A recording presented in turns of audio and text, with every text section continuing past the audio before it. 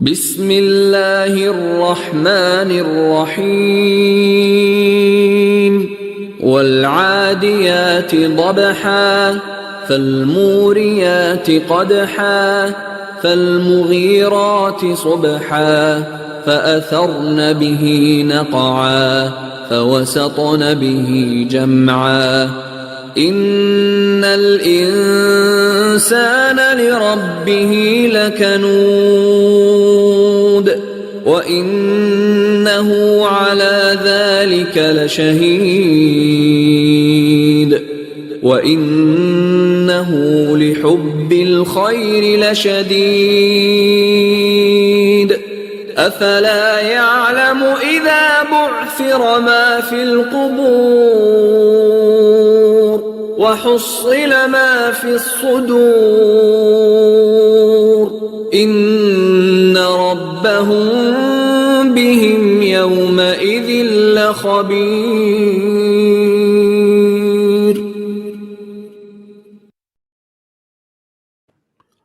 Hey, peace, everybody. What's happening? Let me know in the chat if you can hear me. First order of business. Janine B, what's up? Sharita, what's happening? Myra, let me know if y'all can hear me in the chat. Let me know. Let me get a mic check first, make sure we good. And I know it's a little delay. Well, what's going on, beloved? Salam alaikum, rahmatullah barakatuh. What's happening? Walaikum salam, Aki. I'm well, beloved. I mean, I'm getting better. I'm recovering from a little bit of illness, but yeah. I'm feeling better. Okay. Feeling a lot better. Yeah. Good. Everybody in the chat, man, click the thumbs up button for me. You said you can hear us. Let's get the party started. So the long-awaited, the part 2 to this, they was like, man, they was loving it. They was loving it. You know, and I said, well, yeah, let's do a part 2. It's nothing, you know. We mess around. We could do it. We could do a series and have a show like we did before. Sounds great. Sounds great. Man, you know, I had thought about what in the heavens allowed you to allow me to be a guest speaker in the mosque when I never did a public speech a day in my life. You remember I gave that speech and I had my head down the whole time and whatnot. I rocked the speech. I got to stand in ovation. I rocked the speech. But you did. The composure of the speech was a little different. You know what I mean? I'm sitting up here thinking, like, why did he let me do that? I've never done this before. You know? And so I just saw some potential in you, brother. And now look at you. Yeah, I appreciate it, man. I saw the potential. It was in your voice, you know, it was in your countenance. My wife and I were having a conversation this morning, and she was sharing with me about sight beyond the physical sight. And sometimes, you know, we can see things or perceive things that we don't realize what we are perceiving. And for me, it goes back to responding to those inclinations when you have them, not waiting to figure out if it's right or wrong, or, you know, all these other calculations that we might have. Respond, trust in your intuition. And that's what it was when we would have a conversations, you and I, but still there was a light in you, and the body of believers there, they needed to see that. They needed to hear your perspective on the teaching, on the lessons, on our sacred supreme wisdom. They needed to hear and understand that it wasn't just one dimension. You know, it's just not just only the way that you see it. Right. It is multidimensional on many levels, and it is beyond what you and I can just perceive alone. We have to grasp different minds. We have to touch different minds and bring that wisdom in, and then share it to everyone. And then we can put pieces of the puzzle together, and we can build something. Yeah. Yeah, absolutely, absolutely. Yeah, I reflected back on that. It's another thing you did, which I'm assuming is in the same vein, Mm, because we talking at a time where you're a minister in the Nation of Islam. I hmm. guess something came about, and the I guess what came about was something dealing with reparations. And so then you create a reparations committee and you appoint me as the chairman as the and I'm like and I'm looking back like because certain things for me I notice will be extremely, when I say extremely, I mean extremely meaningful in the future. So the Right, first thing was just like a primer, but you right, don't know it's going to be relative later. You know what I'm right, saying? And so right, now I'm just kind of looking back in retrospect to that. I say he right, also made you the chair of reparations committee. You know what I mean? right. That's right. And yeah, yeah, That's right.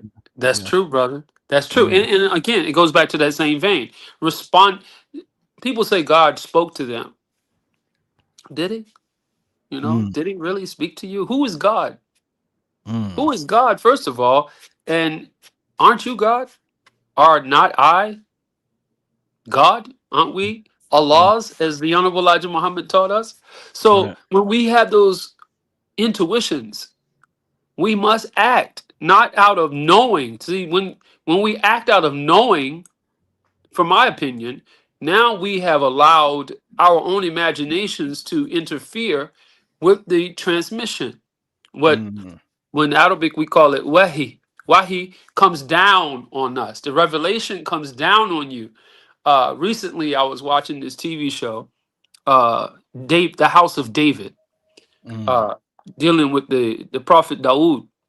right. Of course, from other people's perspective, of course, but in this, it shows where Samuel goes to the house of Jesse, Mm-hmm, right? And when Samuel the prophet goes to the house of Jesse, Jesse brings out all his strong sons. And Samuel's like, he's looking over the sons and he's like, wait a minute, it's got to be somebody else because the Spirit of God is not coming down on me, mm, right? And then mm-hmm, Jesse's like, well, there's David. But he just tends the sheep. He ain't nobody. Basically, that's right, his sentiment. He ain't really, no right, soldier. He ain't no king. right. And they said, go get David. And so when he go gets David and brings David before the prophet Samuel, the Spirit of God comes down on him. He has visions. He sees the future of Israel by looking in David's face. Mm, See, the visions, because there's a connection between him and this entity called David. There's a magnetic connection, if you would, that at the right time, at the right place, when they met, these things would happen, and they happened. right. So I would say it would be ego to say, well, I saw this in you, brother, and I felt like that you would become a great man one day. I can't say that because I just did what I was inspired to do Mm, from the divine. mm, You look around, I saw a lot of big men that probably would have wanted to do a lot of stuff, mm-hmm, you know, but the Spirit of God didn't come down on me on them. right. It came down on me on you. Right, right. You be the chair, brother.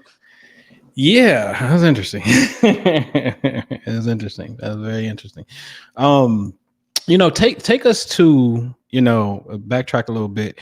So we know you was a minister in the Nation of Islam. Then there's a time where your journey says, you know what, I'm about to, for lack of a better word, let's just say exit out of more of the orthodox everyday responsibility as minister. What Mhm. is your next school? What are you doing? The next phase was the Sanctuary Academy of Universal Enlightenment. Mhm, As a minister, and let me emphasize this, I was a minister in the Nation of Islam under Minister Farrakhan's organization. right. So there are many groups calling themselves the Nation of Islam today. You have the the Honorable Minister Louis Farrakhan. Then you have Honorable Minister Silas Muhammad. And you have Warathuddin's organization who spun out of the original Nation of Islam. So you have Right. all these groups. I've always been a very heavy student in the Quran at that time. At that time, I was real heavy into the Quran and the teachings of Master Farad Muhammad. Mm-hmm. So I'm looking for, as I read the Quran, as I read those sacred supreme wisdom lessons, I'm looking for not only a deeper understanding, but how I can actually operate in these lessons in Mm. this time. How can I utilize these as they were intended to be utilized? These are mystical teachings. These are really mystical teachings. Mm-hmm. Right? You know, some of these teachings are, you know, people think the nation started in 1930, but much of that wisdom is over thousands of years old. And so it has just been put in a sacred place when no one could grab it, touch it, and distort it. And then Mm-hmm. the Savior comes, Master Farad, he comes and gives it. So my next phase was I heard certain things in the teaching, I saw certain things in the teaching, and now it's time for me to experience those things. Mm-hmm. Right? Mm-hmm. It's time for me to touch the hole. You know, in the Bible, when Jesus is on the cross, when he comes down and he's resurrected, according to this story, when he's resurrected, Thomas, one of the fellows there named Thomas, he didn't believe in the resurrection until he could touch the pierce where his side was pierced. You know, so they call him Doubting Thomas, but really, I don't want to call him Doubting Thomas. I call him a man who believes in facts. Right. Right. I want to see the facts. Right. And so then I'll go into uh, I was dismissed from my position in the mosque by the regional minister at that time. Mm-hmm. So, and I won't go into the details as to why. It was nothing that I did wrong or against the teachings. Uh, that was his decision. I'll leave it at Mm-hmm. that. Right. Right. So when I was removed from my position, I wasn't ever put out the mosque. Uh, but I chose to go and develop something that I felt that would steward the spirit of the people, that Mm-hmm. would really touch their essence, their soul. And this is when I came. Uh, Allah guided me into the Sanctuary Academy of Universal Enlightenment, where we went deeper into Arabic, we went deeper into the meditative principles, we went deeper into uh, what people call Reiki, what people call astral projection. When Mm-hmm. people what these labels, I say what people call because there are many different labels, but these are the more popular terms for these. For Sakhmet, for example, is the same as Reiki, but is used through the Kemetic side. Right. So, but when we look at the letters, the Aleph Ba, I began to look deeper into the Aleph Ba and look at their shapes and understand that these Aleph have these letters. Uh, they have healing properties. Mm. They Mm. each letter. There are 26 letters in the English alphabet, but in Arabic there's 28, and Right. there's a 29th letter called Hamza, which is the sound of silence. Mm. The sound of silence. What does silence sound like to you, beloved? It sounds like to me, my ears ringing constantly, Yeah. Yeah. You can hear constantly, it. There's a pitch for sure. Yeah. right? So I can't turn that off. I hear it right now. As Miles Davis said, you know, how often do you hear music? He says, I hear it right now. Mm-hmm. And I agree with him. I don't hear music, but I hear God's voice Yeah. constantly. It never stops. It's not a voice like words, but the frequency is always open for communication. Right. And that's what we did there, man. We did some wonderful experiences there. We did some wonderful experiments. Mm-hmm. Mm-hmm. And I believe that's how we grow in this spiritual journey. You have to experiment. You have to put your feet in the fire, so to speak. Yeah, yeah, yeah. And let's go into that. Let's go. So now it's the Sanctuary Academy, right? And you're All gonna right. put a curriculum together. And we got, let's say, we got Reiki, we got astral projection. Yeah. What are the, your skeleton core, things that you're saying, what, we got to do this, we got to do this, and then give us the experience of, you know what I mean? Okay, this is one of the coolest Well, projects that first happened for us. I think Meditation was a huge part. Learning to quiet the mind, Mm-hmm. learning what they call pranayama breathing to control the breath. You know, in our lessons, it talks about the breath. You know, Mm-hmm. it teaches us how a certain number of breaths is used to do certain things. Uh, so in our classes, we went deeper into that breathing. We went deeper into understanding that it takes the blood to circulate the body. I believe 8 minutes 20 seconds. Right. And this is the same we say is the same as the sunlight touching the earth. Mm-hmm. It takes 8 minutes 20 seconds and causing the sun to rotate on its axis. You know, 1,037 and a third miles per hour as it's tilted 23 degrees to the plane of its orbit. So the sun is rotating around, the earth is rotating around the sun, and all these things are going on, this communication between the sun and earth, but this communication between us and Mm-hmm. breath and the earth is the same, Mm-hmm. essentially. Yeah. So when we go into the breath, which is life, which we talked about last time, the breath is the real soul of the man. Mm-hmm. And so when we go into the breath and we understand that 10 to the power of 22 atoms, you know, and how that operates in our being, you can literally quiet the mind. You can quiet the mind. You can leave. Mm-hmm. You can, I can sit right here and leave, go wherever I choose to go, Mm-hmm. you know? And I wanted to share that with others. A part of that, sharing that with others, required me to go into hypnosis. Mm-hmm. Meditation takes you to a certain door, but then you need a conductor to take you further. So Mm-hmm. hypnosis became that vehicle, if you would, that allowed me to go even further. I remember one day we had a class. I had about 50 people in the class. This was a live class. This was before. Uh, The internet, before the internet. Yeah. Yeah. Yeah. this was before this StreamYard, right? Yeah. We had about 50 people in the class, and I remember one sister. She passed away. May Allah be pleased with her. uh she was an older sister for us at that time. She was in her late 50s. You Mm-hmm. know, at that time I was probably in my early 40s. So uh so the sister, she didn't know the supreme wisdom lessons. She's never read the supreme wisdom lessons. She hadn't have a copy of them. She came to class to meditate and to work on her mind and body because she was going through a cancer. She had a cancer. Right. So I put the class, 50 people, into a trance. Mm-hmm. That alone, right there, brother, is pretty much, you don't hear about that a whole lot. People putting groups of people into trances. So Right. we put a group of people, I put a group of people into a trance state. And in this trance state, I read lessons to her while they were in trance. When she Mm-hmm. came out the trance state, after never hearing them before, she was able to recite everything that I read to her word for word. Right.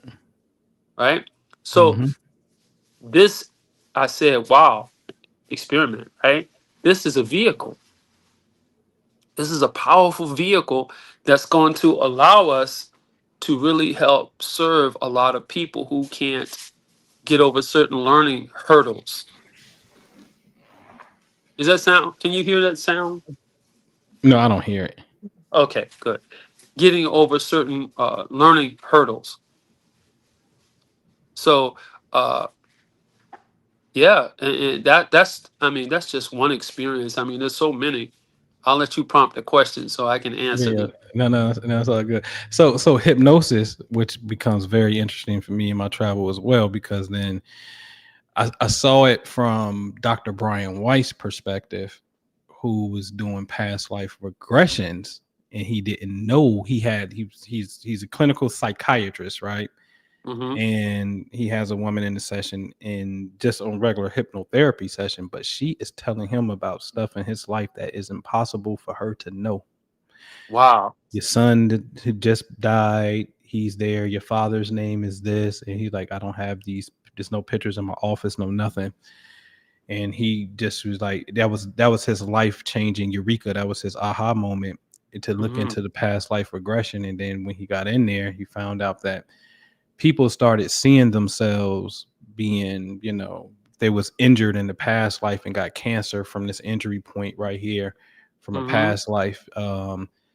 Upon coming out of the hypnotic state, which I don't like to use that term because I know people scared of it, so I call it art. Advanced relaxation. Yeah, this is an advanced relaxation technique is all it is, ladies and gents. Okay, Okay, yes, so sir. right, Yes, sir. so and so but upon coming out of that, the disease starts to disappear. And he has a whole book documenting this stuff, called Miracles Happen, the Right, power right. of transformational past life memory, something along that line. But it's called Miracles Happen for sure. It's the big book, nothing but testimonials. And I said, I gotta learn it. So he gave a technique out, and beloved, I tried it on a sister, elder, over the phone, and Right. was able to guide her. And she saw herself as a white man smoking a cigarette profusely, took her to the Mm, death scene, and she was in Minnesota somewhere, dying of lung cancer. But in this life, she had severe asthma problems. She couldn't even be around mm, incense smoke, none of that. Barbecues, she'd turn the other direction, won't even go to that restaurant, if they cooking outside or whatever. But she noticed she was walking down the street and somebody was smoking and it didn't trigger her. And she purposely got around the smoke. And it's been since 2013. So alhamdulillah, we're going on 16 years soon. mm-hmm. 2026, 13 years soon. That she hasn't had an asthma attack since that time. Oh, You know, wow. yeah, Impressive. yeah, Impressive. hasn't had an asthma attack. And so what I saw in that was the most potent form of healing, because at this point you didn't have to take, and there's nothing wrong with these things, but you didn't have to take medicine, you didn't have to take herbs, you didn't have to visualize, you didn't have to say this word a million times, you didn't have to Right. do none of that. You was Right. able to access that eternal or internal akashic record, as I call it. The Ooh, internal akashic record is is good teachings. is is the memories that's it appears to be the soul has memory. Mm-hmm. That's what's happening. The soul Mm-hmm. has memory and whatnot. Mm-hmm. So as you go into it, do you have a healing experience with somebody, or somebody share a story with us where somebody got over a Oh, particular hurdle? oh my God, brother. I can't. There's so many people that, I mean, from smoking cigarettes, stopping people from smoking. I've Mhm. met people of recent and within the last 2 years that I maybe hypnotized 10 years ago, and they said I haven't smoked a cigarette since. Wow. Wow. Yeah, Alhamdulillah. Yeah. then you have people. I remember. In fact, I don't know if you remember her, uh, Latifa Shabazz. Okay. Here in Harrisburg. She was involved with Ngazi, brother Ali, the martial arts Yeah, instructor. He yeah, yeah, yeah. passed She used away. to May have the Allah be stores and pleased with him. stuff. She Yeah. has stores, right? Right, right, right. She had some knee issues, and we were able to cease the pain so she could get her knees checked out in the Hmm. time frame without the intense pain. Yeah, So yeah, hypnosis is the key. yeah, It is a huge key, brother.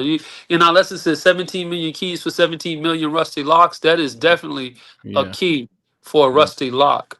yeah. Uh, that instance, well, that one instance, people stopping smoking cigarettes, people stopping having bad dreams, people increasing their memory. I mean, we could go on and on and on. It's been so many lives touched to that Mm, methodology, and even not only just hypnosis putting people into trance state. There's hypnotic language where you can mm, utilize the hypnosis. And you're right, people do have a stigma attached to the word hypnosis, but in regular conversation, you can use hypnosis over the phone, via Zoom, StreamYard. It doesn't matter right, because it's a communication to the subconscious mind. right, And if the voice can be heard, then I can get in. right. Now I would say, it requires ethics. For sure. It requires ethics because it can be easily used to manipulate people to your way of thinking or your way of doing things. And I know a lot of hypnotherapists or people in the field that say, oh, well, you can't make people do what they don't want to do. Well, I Mhm. don't know if that's true, because all it requires you to persuade them that that's what they want to do. Right. Right. You ask them permission, and when they give you a yes is a yes. A yes is an open door. It's not just a word; it's an energy. Mm. You know? Oh Mhm. yes. Oh, wide open now. You're Right. going right in.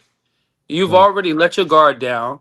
You've allowed me to enter, and now you've given me a certain measure of control.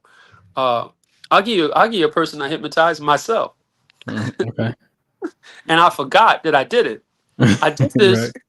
This is what I did. I did this. I put an anchor on myself so none of the students could hypnotize me.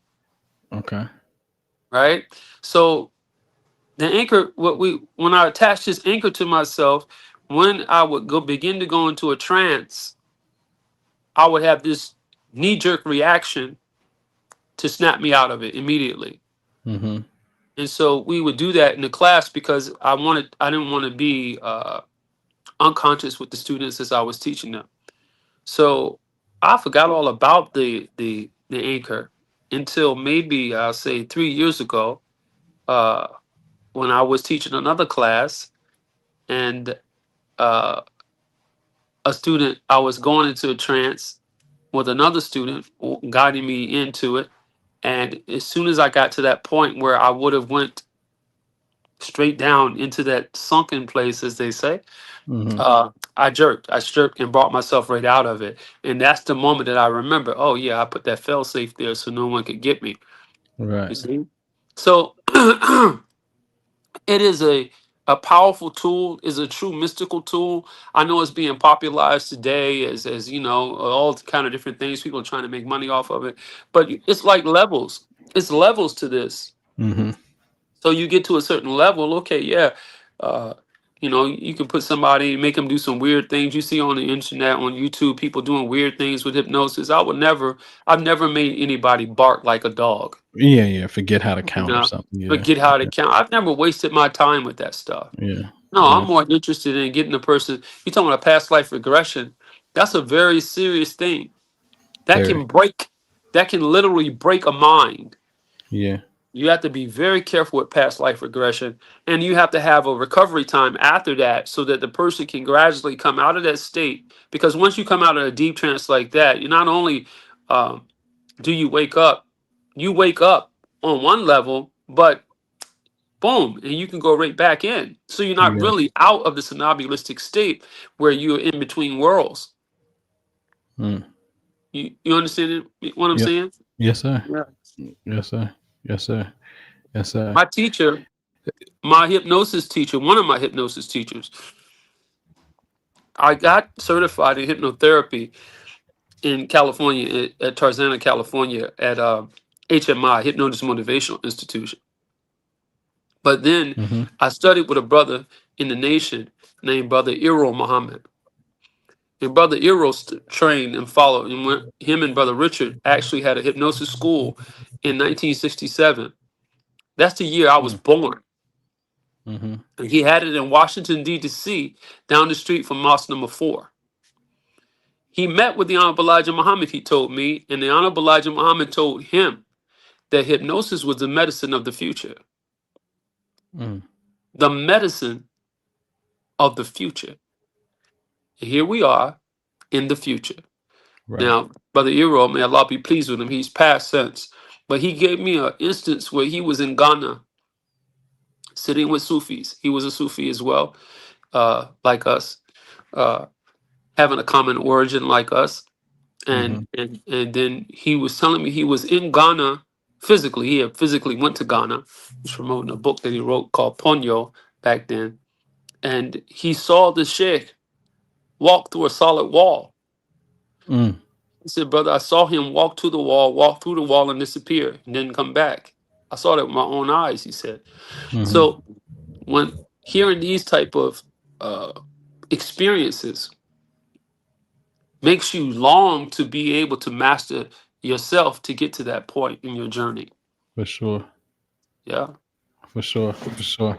For sure. Let me ask you, in hypnosis or any form of healing, how big is,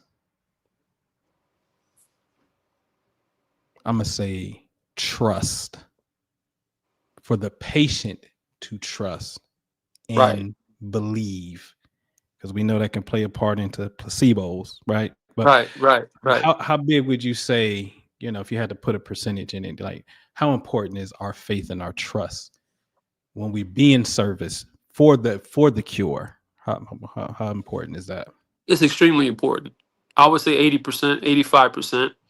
It is Mhm, rapport. You have to establish rapport with this. It depends on the type of suggestibility the client has, or the patient has. mhm, The type of people have different types of suggestibility. I mentioned the word somnambulism. That's a 50-50 suggestibility, and then these person are super uh, hypnotizable, if you want to use a made up word, right? right. They're very easily, and you see stage hypnosis. If you go to Vegas, and you see people on stage putting people in trance, making them bark like dogs, jump on one foot, and all this stuff. They have already done on the audience a test, and Mhm, because of their trained eye, they know who is somnambulistic, and that's who comes to the stage. They don't bring the young lady or the young man to the stage that mhm, is difficult to hypnotize.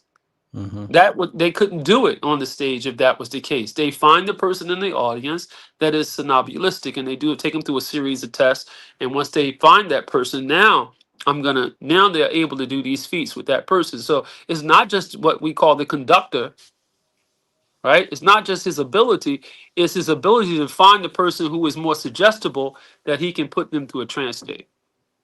right. I was in Right. Texas maybe 3 years ago, uh, maybe 3 years ago, and I did a couple of hypnosis demonstrations. I think we did three or four people on the stage there.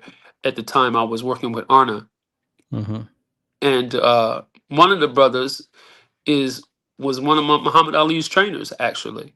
mhm, And I have video of this. I'll send you the videos.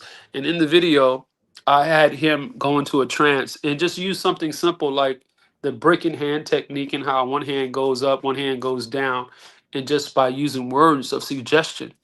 See, mhm, so when we do that, when you get a person to start, for example, we imagine that in the hand you have a brick in one hand and a helium balloon attached to the other hand, and then your mind is shut down. I had to develop rapport with this man. Why? Because mhm. this man, he's a boxer, right? Right. It's Right. all about force, athletics. It's about being always safe, being always protective. So shields up, I had to develop, and quickly. You have to do it pretty quickly to get the rapport, because you don't have a lot of time Right. to. Let's say it's an emergency situation. Someone's on the side of the road. They're bleeding out. How do you stop that person from bleeding? Right. You got time to go. Oh, let me get my watch out. Let me. No, no, Right. no, no, Right. no, no. You can't do that. You have to use the power, the words. Yeah. You have to use the words, and you have to get the permission quickly. And as soon as you ask the person, "Can I help you?" and they say yes, wow, yes, then you're in. There are cases documented where people had limbs severed in car accidents, and a Yeah. hypnotherapist was on the scene and stopped the blood from bleeding through Mhm. words. See, and those are the gifts that I sought to cultivate in the Sanctuary Academy, and we did cultivate those gifts in many, and people have Yeah. gone on to do great things. Some people dropped it, some people continued on. Right. Right. Yeah, Yeah. Yeah. I've heard. I had a brother on years ago on my blog talk, Brother Milk. He was a medic in Vietnam, and that's what he used to do. He used to hypnotize them so they don't die and bleed out, but so they right. can get That's to the hospital thingy, and it worked. yeah, You know what I yeah, mean? And yeah. yeah, very very interesting. So take us to, because another part of the curriculum is astral projection. right? Mm-hmm. So Mm-hmm. define astral projection and take us to the first time you had an experience yourself with it. Oh wow, man, that's a I can't even, I don't know the first time. I know a time when there was a very, very vivid, extremely vivid experience. So astral projection is when you separate from your body. When Mhm. you listen to the language, right? When you separate from your body. Mm. Because the body is a house, it's something we live in. Mhm. It's not who we are essentially. I mean, it's an aspect of who we are. Is the shell that we live in. Mhm. But we know that in astral projection, or some people call it not remote viewing. Some people call it OBEs, out of body experiences. So when we leave the body intentionally, and you're visual, you can see where you are. You can go places. Uh, in the Supreme Wisdom lesson, for example, it talks about visiting the far planet Platoon, Mhm. right? So how are we gonna go to Platoon in so Mhm. many seconds? You know, in so many seconds. I hold the lesson sacred, so I don't give them up like a lot of people be on giving up the book like Right. it's a comic book they bought in the comic book shop. No, this is a this is a highly this technology and that text is so powerful. Yeah. It has to be guarded, and this Yeah. is why I refer to it as sacred supreme wisdom. Mm. So when we look at it, uh, as far as astral projection is concerned, leaving the body and being able to travel, not only to another place, you can travel into another person's mind, you can go into their dreams, you can go wherever you want to go, you can go. Mhm. That's astral projection. There are different methods. There's some beginner methods that I could share with people, how the hook method of pulling yourself out the body. It comes through visualization, Mhm. you know. uh, Aaron Neville's teacher, Ahmed Abdullah, he has some very interesting techniques that he shared in his history as well. When people start doing research or YouTube things that we're talking Mhm. about today, you'll probably come up with Neville. You'll probably Mhm. find Abdullah, Mhm. uh, and when you find him, you'll begin to see techniques. But those techniques are not trivial. Although now they put them on YouTube, and AI has did their thing with these things. We've been practicing this for 30 years. You Mhm. know, so to be able to project out the body and go to another realm and see places, hmm? Go to Egypt. I To see the pyramid, hmm? Mhm. To see the pyramid from the top down, right? To see the 13 acres from the top down, to see the end caves on each side. That thing is not four-sided, it's eight-sided. And when we see it, and you're looking at it, and then you come back here to the seat, and then you can go there and see it just the way you saw it in your out-of-body experience. Now you know you've traveled. To go Mhm. into, I'm using the pyramid as an example, but to go into the king's chamber, what does it smell like? You can smell it. Mm. The senses are awake. The five senses all have an extrasensory perception to them. This has been proven at MIT actually. I can't think of the scientist's name, but they proved this at MIT. Right. We have extrasensory perception on each of the five senses. So to utilize those beyond the physical, I probably told you this years ago. When we close our eyes and you try to see with your eyes closed, your consciousness shifts to here. And you can actually feel yourself trying to see through your forehead. Correct. Yes. Why? Or when you're trying to hear something, your consciousness shifts to here, above the ear, not from the ear. Why? Because this is a psychic reception area for the Mhm. ear. This is a psychic reception area for the eye. In when you're projected out of your body, these are the tools which you see by. You're not in your body. You're not going to be using your ears and your eyes, your tongue. You can't taste anything really, but you use the psychic perception of those things. Mm. Good God Almighty, that's wrong, Gotcha, brother. gotcha, gotcha. So talk Listen, about but the you hook. see- Yeah. So talk about the hook. Talk about the hook experience and then your experience when you came out. Just one of your experiences when you came out. Well, for example, the hook experience. How to practice that?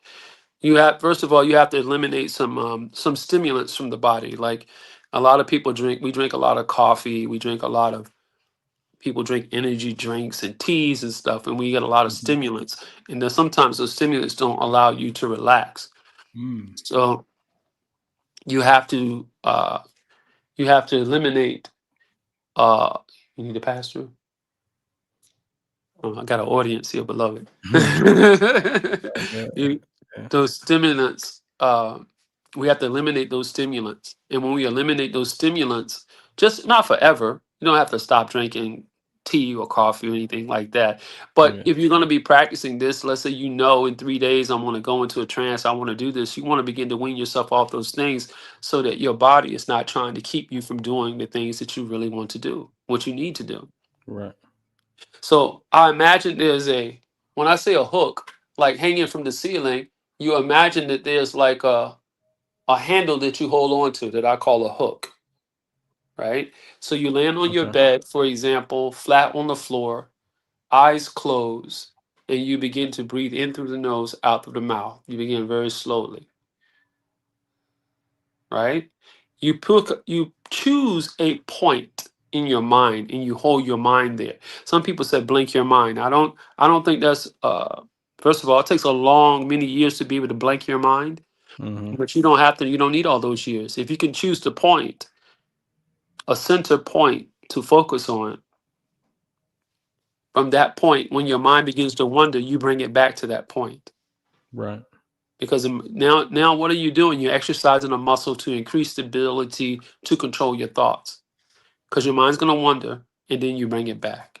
You're Mm-hmm. catching your mind wander. You're catching the thought in the act. Mm-hmm. Mm-hmm. You're thinking about thought now, Yeah. right? Metacognition. Yeah. Yeah. Ooh, metacognition. I didn't know that big word. Yeah. That's beautiful, Yeah. right? So we bring it back.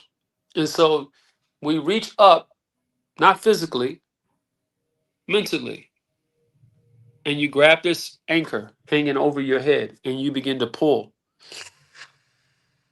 And you pull yourself out your body. Mm. And you're not going to do it the first try unless you're very gifted. You may be born with Mm-hmm. these gifts. But Mm-hmm. if you continue to practice, you set a regimen, you'll be able to reach the point where you pull yourself out the body. Some people get afraid because when they begin to pull themselves out the body, they think that they can't get back in it. Mm-hmm.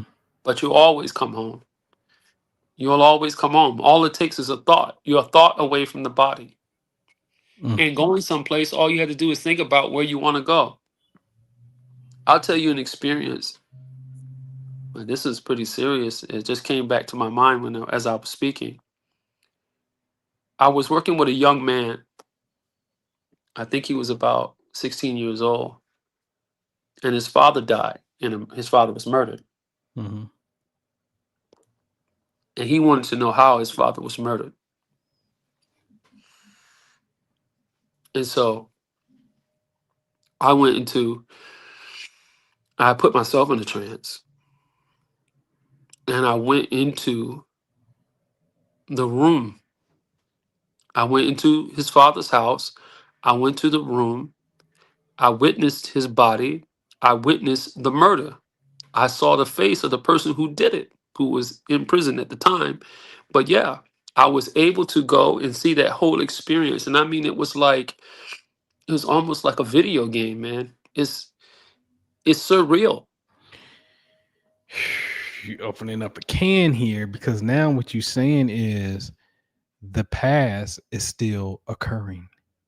Yes, it's still there. The electromagnetic signature is still there. Okay, so then the next question is going to have to be because that's a problem. That can be a problem, right? That's very problematic. It'll be a problem. But can you either erase it or augment it to change it? Alchemy. Mm. To change the past. Yeah. Yeah.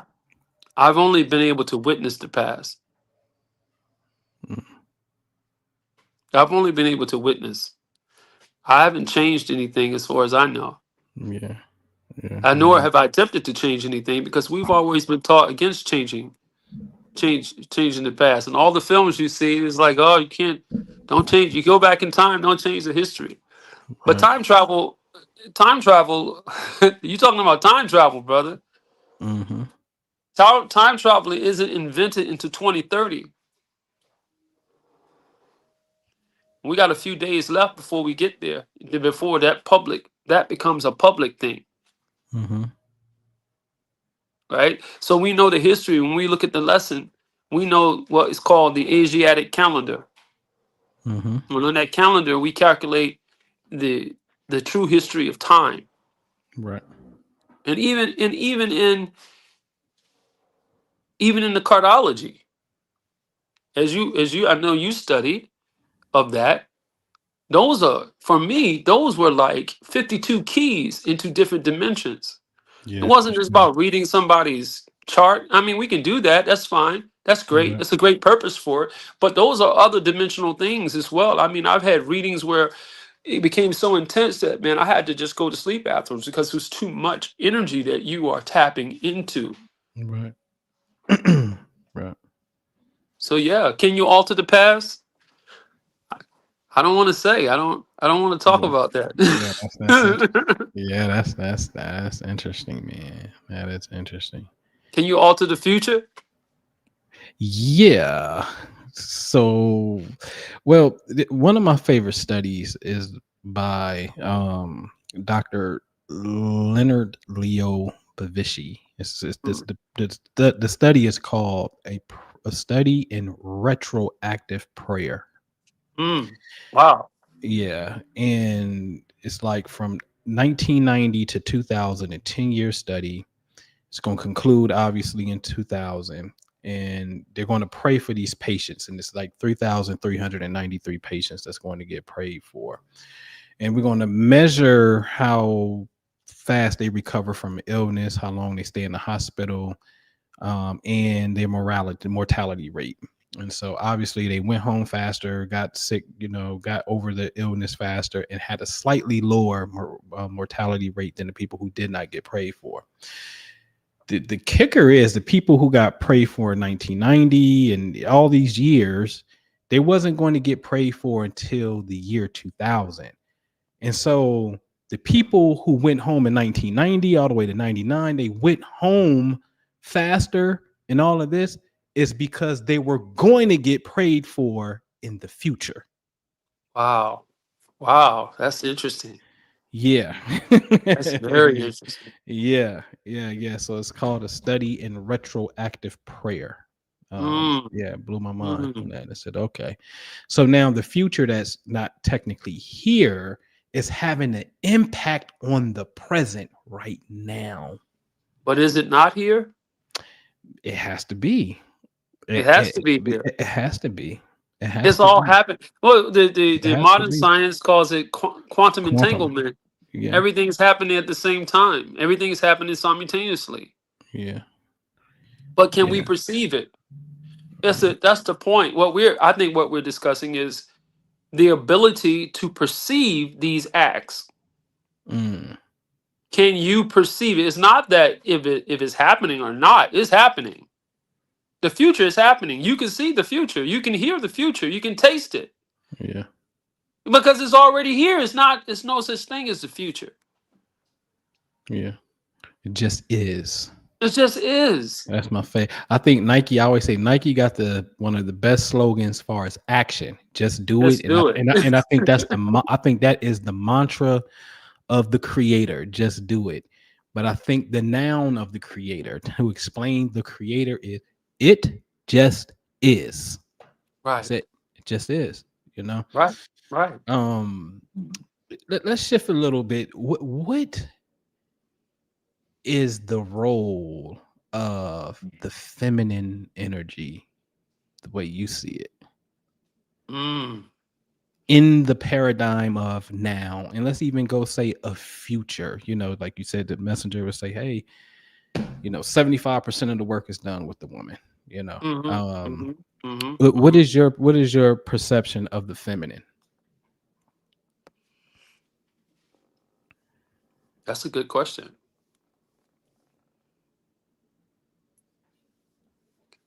I can't separate the feminine from what we call the masculine, Mhm. because in Arabic we say mazan. That's the balance. Design, yeah, yeah. That's the balance between the two, right? So we have balance. You have to have Mhm. masculine and feminine to balance. The Mhm. feminine allows us to, when we tap into that feminine, what we call feminine aspect of self, now it allows you to move through the universe, move Mm. through time without, I'll say, with less friction as you would with masculinity.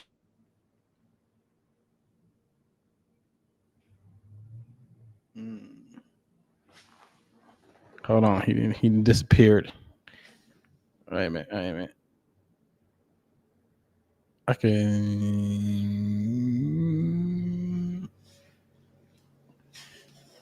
Hold on, your mic is open, but your camera is off. Wait a minute.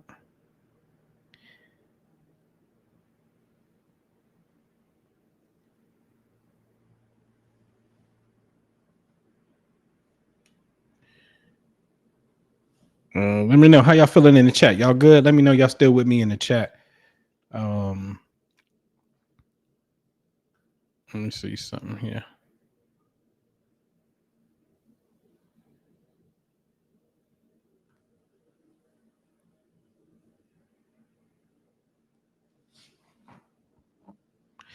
Y'all good in the chat? Let me know, and I just sent him a text message, so hopefully, he get back on here.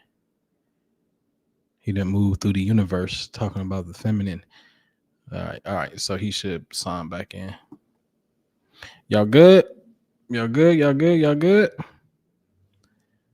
And if y'all got some questions, y'all can pop them in the chat. I saw one earlier, Janine, on hypnotherapy and pregnancy and whatnot. So yeah, we asked about it. Yeah. Sorry about that. No, there you go, beloved. There you go. So the feminine allows you to move through the universe with no friction, and then Black Mama Universe took you up out of here. Go ahead. Right. It allows you to move with less friction. It allows Mhm. you to move with less friction. My wife just reminded me of a statement. We get right up to tomorrow, Yeah. right? How'd you say that, babe? You never touch tomorrow because as soon as you get up to tomorrow, it's now today. Right. Ooh, She yeah. says you never touch tomorrow because as soon as you get next to it, it's today. Yeah. Yeah. That's Yeah. powerful. It That's a is. great way of seeing that. Yes. It is.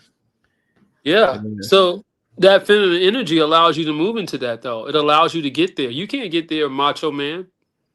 Mm. Even what egotistical maniac have you seen get to that level of consciousness? Have it.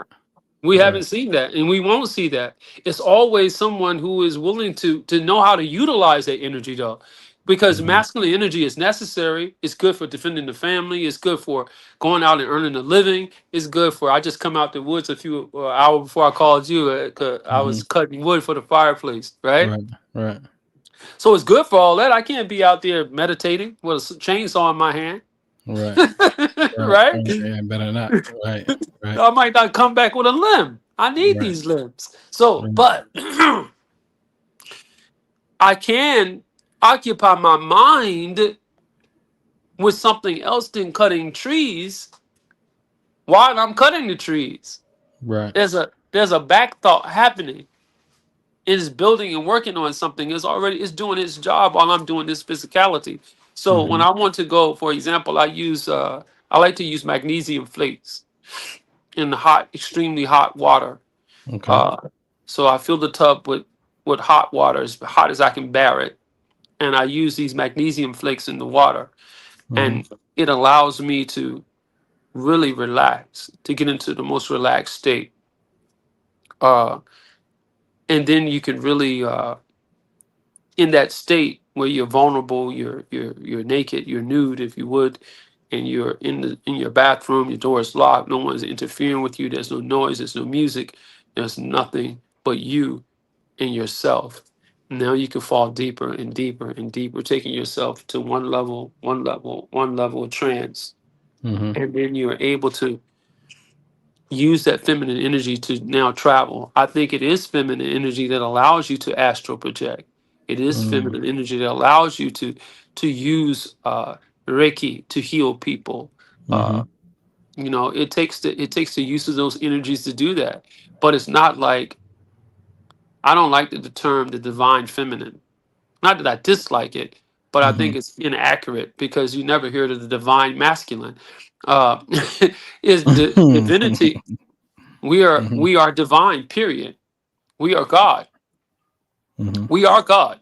There's no spook God. I don't believe in a mystery. There's no mystery. You are operating within that energy. You are a conveyor, a conductor of that energy. We Right. all are. And there's no way that you can escape that. It is, it's like you can't escape it, bro. Right. We can Yeah. try and say to divide it and do all these calculations, but really, there's Yeah. no one to escape that. The more you look, the more you find that you are God. Right. Right. Right. So would you say for you, just, and then when I say energies, you know how, let's take it to like Taoism, China energy, not necessarily Mm-hmm. Yeah. gender. Let's deal with energy, Right. receptiveness, activeness, passiveness, and things of that nature. Do you find that the mysteries are feminine? What? Yes. You mean like the when we talk about Taoism, we talking about the healing energy? Or just, yeah, just the in the spiritual mysteries, you know what I mean? Would you say it's, man, this thing is definitely feminine, low key? This is you ain't got to be low key. Maybe you out there with, this is definitely a feminine thing. This is The language. Shakina. The language tells us that. There it is, right there. You just said it. Mm-hmm. That's a feminine word, Mm-hmm. Absolutely. right? Shams. Shams is the sun, Right. right?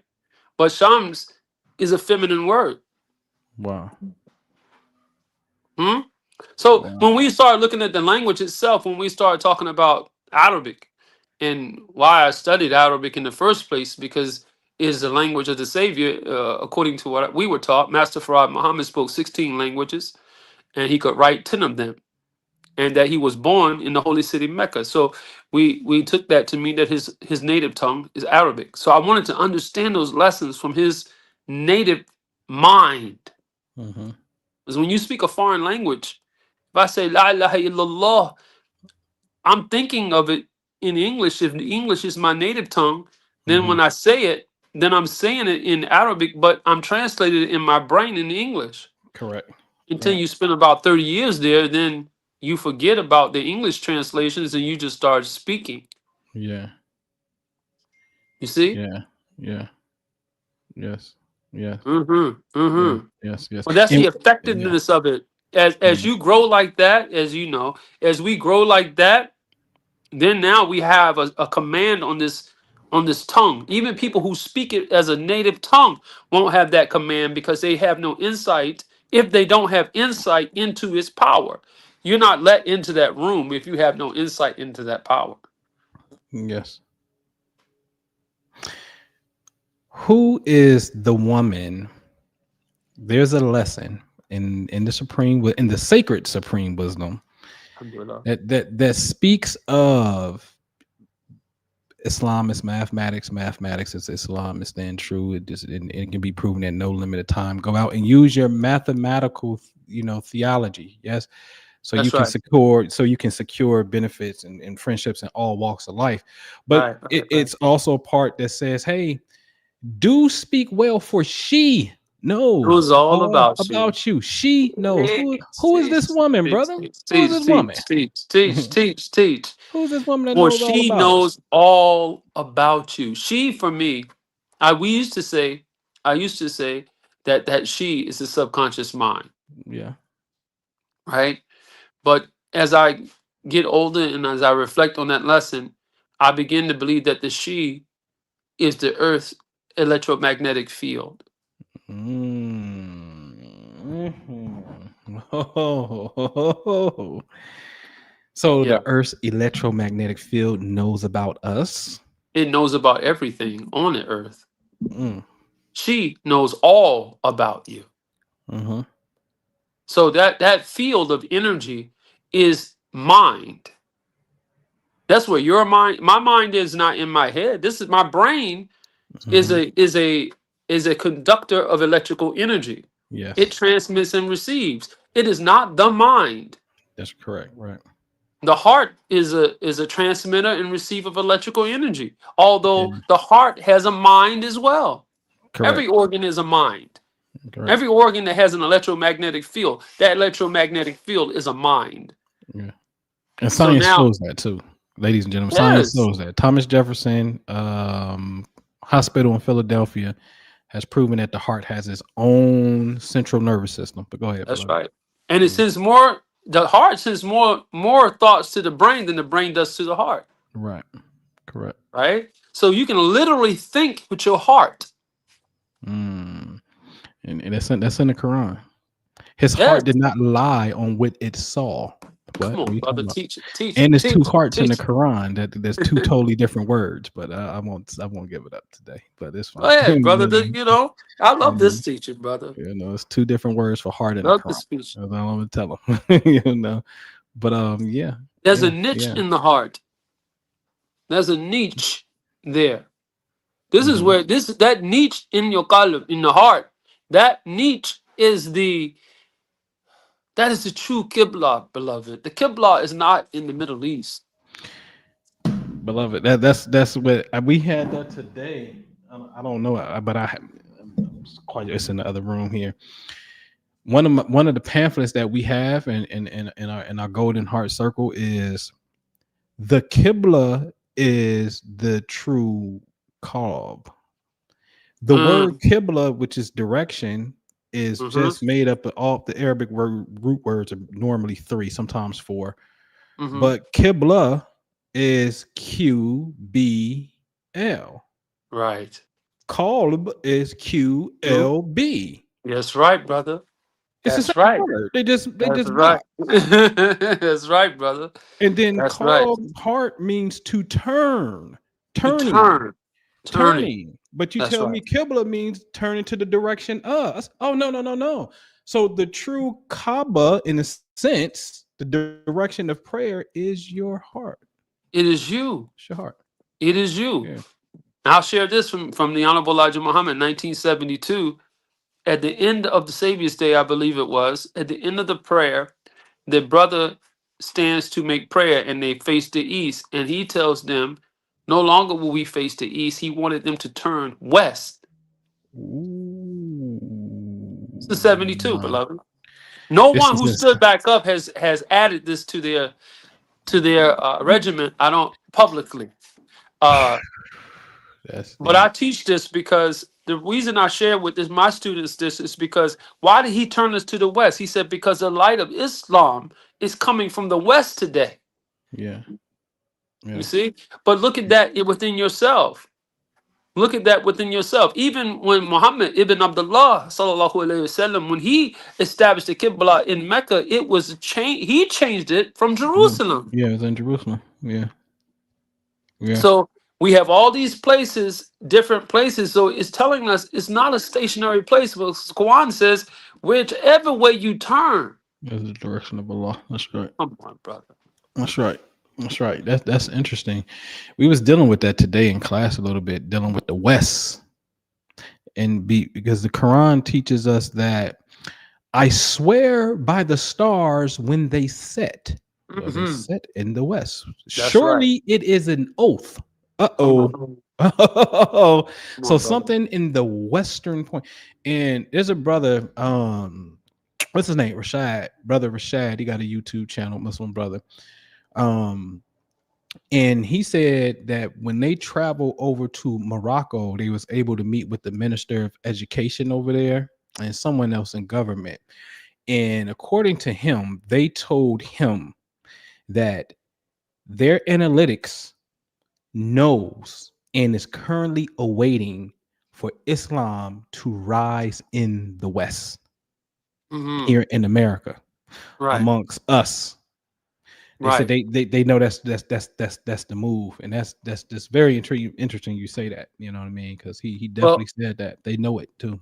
They I know it. believe that I believe that when we see the rise of these groups, that you have cities like Philadelphia, for example, with Yeah, huge Muslim populations yeah, of people from this country, yeah. right? But what they have, I don't want to be offensive to anyone, but that's not what we're talking about. Right. Correct. You know, those are beautiful things. But the Honorable Elijah Muhammad said that was old world Islam. He brought Right. in a new Islam. That's the language that he used. A new Islam. Correct.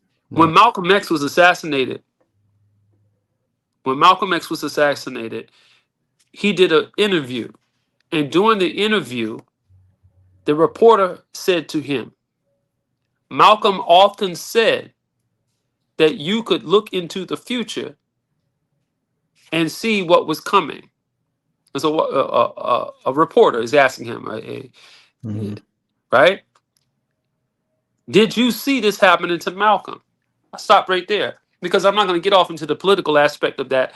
But the what I'm looking at is that this reporter, who wasn't a black man or indigenous person, he was a Caucasian person. He asked this question with such conviction that he knew it to be true within himself, that this man could look into the future. Hmm. Look into the future. How do we do that? Hmm. We're doing it. We of course we're at the time where it's more manifested. A lot of us can do it now. But at that time, the Honorable Elijah Muhammad was able to guide his nation based on wahi, inspiration, Hmm. in every turn without, he had been through many trials, many tribulations, but there was a lot there to be seen. And I know a few people might hear what I'm saying and say, man, this guy talks about Elijah Muhammad a lot, because that is my master. Hmm. That is my master. And I make no qualms about that. So Hmm. regardless of whatever vein that I went into in his teaching, this is from him. I started studying these things. But listen, he said, well, how's hypnosis? I told you. The brother told me he met with the master, and the master told him that hypnosis was the medicine of the future. Then if I am inclined to this esoteric aspect of his teaching, then that's what I got to go to. I got to know this, because he needs this in the future. Although Absolutely. he's physically not among us, his mind is still available to us. And Hmm. for me, I don't see him as a religious leader. I don't see him from the perspective that people, this group, the people dress Hmm. a certain way, act a certain way. All that's great. That's an aspect of who he is. But there's other aspects that I am guided to explore. And in my exploring those aspects of who he is and who he was physically and who he is now, how his mind, we can tap into that resource. The mind is still here. It's an electromagnetic impulse. Why can't we tune into it? Hmm. Don't you know they sent radio waves out into space, that they're still there?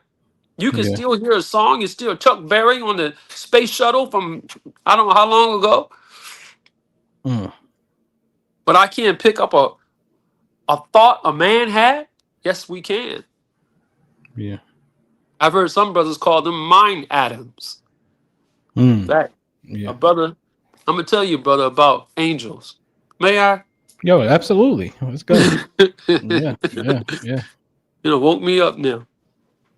Uh Angels are not some, creatures with wings. These are human beings. Hmm. The Quran says if we were to send an angel, surely we would have sent him as a man. Come on, brother. That's what the Quran says. Look, And he said, the Bible says they was in a company where angels and didn't know. They thought that's they was in right. the company because they was in the That's true. company of men. But go ahead. 1000%. 1000% true. In the Quran, it says, if you were an angel, I would have sent you an angel. But since you are men, I shall send you a man in flesh and blood. Think about that. Mm-hmm. I'm going back to first part of the statement, because oftentimes we skip over to the man part and we forget what he said about angels. If you were an angel, so if you're an angel, how are you going to hear the message? You're not going to hear the message the same way the man heard it, because the man heard it on a material level. This is a material reality, a masculine level. Right. But when you're an angelic being, you hear it from a different perspective. Mm.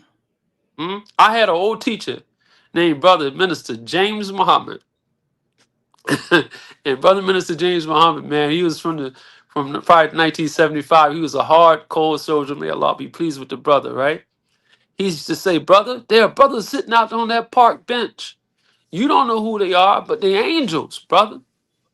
I'm going to tell you a Mm. story, and I'm going to get to angels in this story, because Mhm. the angels have come out and protected me many times. Mhm. In my infancy, they come to teach me. In my infancy, that brought me to this point. And I think you talk about experiences. This is the time to tell these stories, because there's some of these things I haven't said in years. Mhm. And my wife can bear me witness to the story I'm about to tell you. We were very poor, my wife and I. And we had a little baby, Khadijah. You know my daughter, right, Mhm. beloved? Yep. And my daughter Karima. And I was a young minister in Atlantic City in my early 20s. I didn't have a lot of cash. You working in the mosque back then, and you go to work, and you might call somebody a devil, and you end up not without a job Right. by the end of the Right. day a couple of Right. times, right? So I would go buy a bag of fish, Mhm. and my wife would fry it and make fish sandwiches. I think I revolutionized the carrier bags that they have today, because we used to make our own Right. Right. carrier bags back then. This is in the 90s, brother.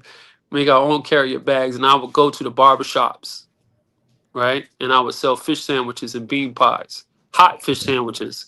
They were Right. still warm, right? And bean pies. And then if I had anything that no one, if I, at the end of the day, if I'm out, I would go to the park. They used to call it Needle Park in Mhm. Atlantic City, New Jersey, because this is where all the brothers who was on heroin, troubled with drugs and stuff, would be sitting in the park. And I would go sit in the park with these brothers. And a lot of them were old soldiers prior to 75. And they would just talk to me and share knowledge with me. And I would feed them, and we'd talk and just build. They were my brothers. They were my friends. I didn't see them like people call people bums. I don't use that terminology, because they just had a rough spot in life, Yeah. right? Yeah.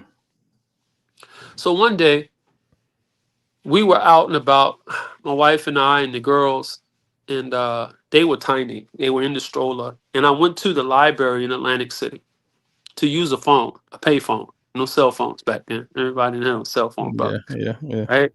So I go to reach for the phone to make a phone call, and this man, this this Caucasian fella comes out the blue. I don't know where he comes from. He reaches over me and snatches the phone out my hand. And my reaction was to parry the hand coming across my shoulder and move Mhm. to attack, right? To protect my family. Brother, before I could touch this man, the homeless people had him. They literally snatched him up, took him out into the street, and began to go to work. I had to intervene and Mm. stop them. Right. The angels came down immediately to protect me. Right. And I can hear my voice, the brother's voice in my head right now. Don't you touch him, Mhm. right? And I said, "Oh, brothers, no, no, no, no, no, no, no," because I didn't want any of them to get in trouble. And this guy, he got up, and they made it clear, "Don't ever touch me." Mm. Angels Mm. are human beings. Mhm. One brother would come by the temple, and he would ask for me, and they would like, "Go get Brother Angelo." And I come to the door. I said, "Oh, so I'm like, brother, how you doing?" He says, "I have something I want to show you, brother." I said, "Yes, sir." And I would take time with him, and people would say he was a little. I said, "Brother, I think he's a little bit off." I said, "Brother, I got it. I got it." Mhm. Right? We would go and we sit down and we talk. This is before I was a minister, Mhm. and he would show me. That was the first brother that taught me how to write Arabic. Mm, Yes, he said, I want you to look at this, brother. See how this is made? I want you to see this. And he started showing me stuff. hmm. And that was way, man, that was 35 years ago. Right, right. Now, do you believe that he is what we would appear to be? We follow him home. He got a home. He's a human, regular human, but he has a certain mission? Or do you believe that this is a walk-in that looks like a human on this plane, but is not human? Or is it a human that also a spirit came in to a degree and kind of possessed them? So those are three different things, right? Do you think this is Right, a regular human that's right, just on an angelic mission, a right. regular human who got, for lack of a better word, hijacked by a spiritual angel, or Mm, this is a being that is perpetrating like a human, but in all reality, this thing is probably about to get up out of here when it appears to us when it goes through this door, it's gone. How do your mind reconcile mm. angel and human? It in this way, and I base this on what the Honorable Elijah Muhammad taught us. Each of us have two angels, human beings, Mm-hmm. and their job is to protect us, Mm-hmm. is to protect us and to guide us, right? Now, I believe that these angels are men of high wisdom. They have their own life. They have their own things to do. But there, yes, thinking about what you just said, yes, there's a spirit in them that inclines them to you. There's an electromagnetic pull, if you would, like Yakub playing with two pieces of steel in the sand.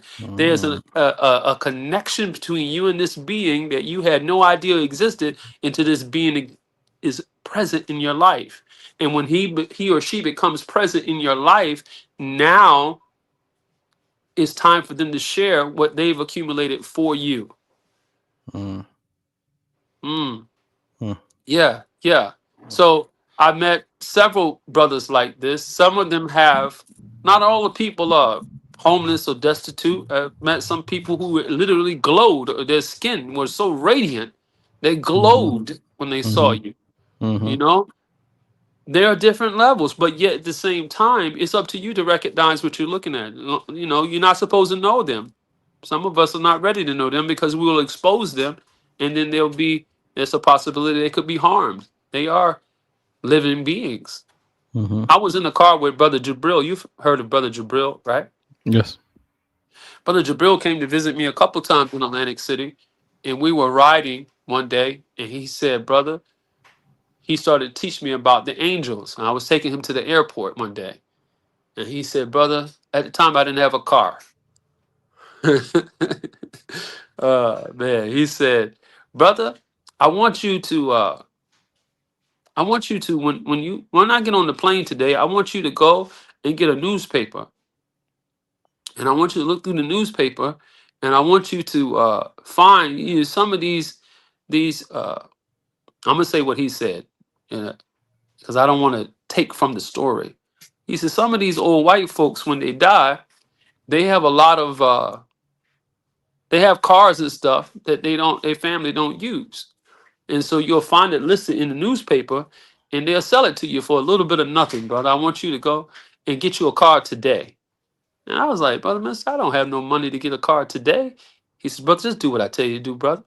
Mm-hmm. Well, I didn't do what he told me to do. But he went deeper as we sat at the airport. We went deeper into what angels are and how he perceived angels to be at that time. And he was telling me that angels are humans. They have their own life, they have their own things that they do every day, but yet they have a duty by you. And as I get older, I see a lot of people today that call themselves angels and they try to hit at this, that, and the other. But an angel, for me, is a human being who is imbued with divine knowledge, not necessarily something they learned in a book, but Mm-hmm. something they were inspired. I guess you could say they were they breathed the inspiration in themselves, and they have a responsibility by us, Yeah. or Yeah. by you, or by me. Or it could be that you are an angel. It could be that I am the angel. You see? Yeah. We may not even know that we are angels. Yeah, you picking up on my thought there, because in the Kabbalah tradition of the Lamed Thou, it's a X amount of righteous people on the earth that they don't know that that's them, but Right, they right. are like the saints who are really kind of upholding the earth in its existence, but they never know. And then they say, if you think you are one, you're not one, because they would never think that. That's Mm. what they say, right? Which Minister I think, Farrakhan said, he said the Honorable Elijah Muhammad said to him, "Brother, did you know you were an angel?" mm, He said in 1972, the Honorable Elijah Muhammad instructed Brother Minister Louis Farrakhan to take the crescent star out of his uniform. mm, He says, and he not the star, but just the crescent. mm-hmm, He kept the star, and he said he's a star of you are a star of no equal. If I'm not misquoting, you are a mm-hmm, star of no equal, and so you don't wear the moon because the moon represents equality. mm, And you will go back and look in 72, around that time period, you'll see him with a white fez. You see him with a white uniform with a garrison collar with a star on both sides. But you won't mm-hmm. see the crescent star on his shoulder because the Honorable Elijah Muhammad removed that from him. So, Interesting. yes, I would say that based on what he shared with him at that time, prior to 1975, that he did not know who he was. Right. Just like now, if some brothers around here saying that they're this, I'm an angel, I'm this, I'm that, I'm a Yeah. death angel. One brother I knew wanted to be a death angel. I don't want to be nothing like Right. that. Oh, wow. Yeah. Yeah. Yeah. What is your take on the Quran says, well, y'all called these angels female names and y'all don't know what y'all talking about when y'all Mm, said this. So how do you reconcile the Quran not necessarily agreeing that women can be angels? I don't know. I don't know about that, brother. I think when we talk about the Quran, for example, and the Bible, that both of these books have been tampered with. Ooh. Yeah, they've been tampered with, brother. So Hmm. when you and I know people don't like to hear that the Quran was tampered with, but we already know, if you know the history of the Quran, man, that how it was collected, how it was compiled, how many Hmm. Hafiz of Quran were killed when Muhammad died, peace be upon him. When he died, you have the Uthman Quran, you have different Yeah. ones that were destroyed.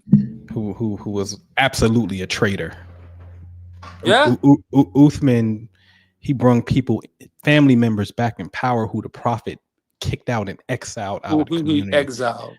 And Yes. that's why they Yes. killed Uthman, because of what he Yes. was doing, you know. But Because he believed in tribalism. yeah, And when the yeah, Quran came to eliminate tribalism. yeah. Yeah, so I believe that women have just as much ability as a man.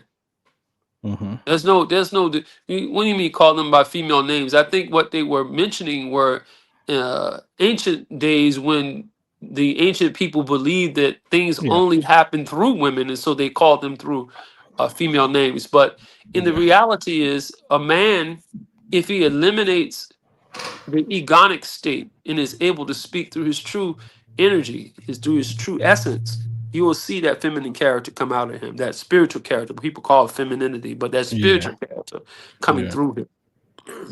yeah, Yeah. yeah. Excuse me for one Absolutely. second. Mm-hmm. Absolutely, absolutely.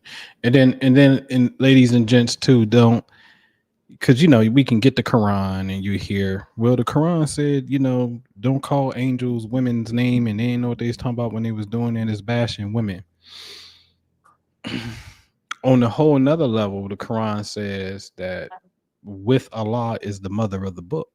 And it's basically saying that this mother of the book is so sacred and so just so worthy that this mother of the book is with Allah. So it's not shunning women on one side, then totally making it something totally great on the other side. That's an aspect of literal history that they could be talking about when the age of ignorance was upon them and people were praying to statues. in a sense, female statues, and not Yes, sir. embodying the actual principle itself. When the Quran is again telling you, with Allah is the mother of the book. So now Mm-hmm. Allah is rolling with this feminine thing that you must understand. So Mm-hmm. it's something Mm-hmm. that's there, that's deeper than that. All right. Mm. Okay.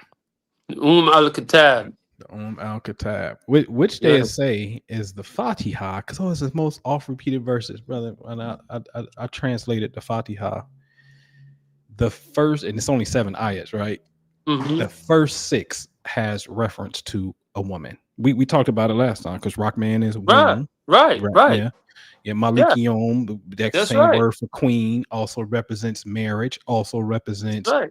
heaven or invisible realm is Right. Malikium. And you know, it's just a lot of Mm-hmm. Rabil Alami, especially Rabil, the Lord. That's definitely a lot of women. And that's a woman teacher, an ally, teacher of the universe. That's feminine. Right. You know, so Right. anyway. The, the Yeah. nukta, the nukta under the beh, right? So we say Mhm. Bismillahir Rahmanir Rahim.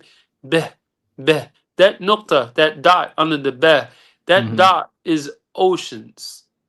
There are Mm, oceans of knowledge in that mm. dot. Yeah. Yeah. Oceans of knowledge. Yeah, yeah. See, that makes me think because the Hebrew Bible, the Tanakh, opens up with the letter B too. Mm. Barasheth is the first word that we supposed to say in the beginning. But Mm-hmm. in Hebrew, as with the Arabic, the letter Beth itself, like in English, we just get one letter for the actual letter. Whereas in Hebrew, the letter is a word. It's just not Mm-hmm. B, it's Mm-hmm. Bet. So it's spelled Right. letter B, Y, or what we call Yod, and Tau, the T. So the 3 letters, Yes. it'll look like BYT or BIT because I just had the this Y and the I is conversation yesterday interchangeable, with my right? brother. Yes. In the letter Bet itself, when you look at just the letter, the definition of the letter literally means in. So they say in the beginning, in, but Bet Mm-hmm. also means vagina. Mm. And I said, wait a minute, hold on, time out, time out. Well, doesn't Time out. doesn't that You mean know, house?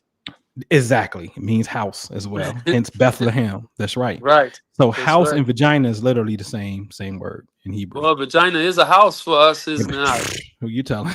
Right. Who you telling? All right. And so it's some beautiful mysteries where the feminine is hidden. And I like to say protected because it's something sacred. That's right. And it's not necessarily about I no longer view it from a perspective of, and I was never really into that part of history anyway.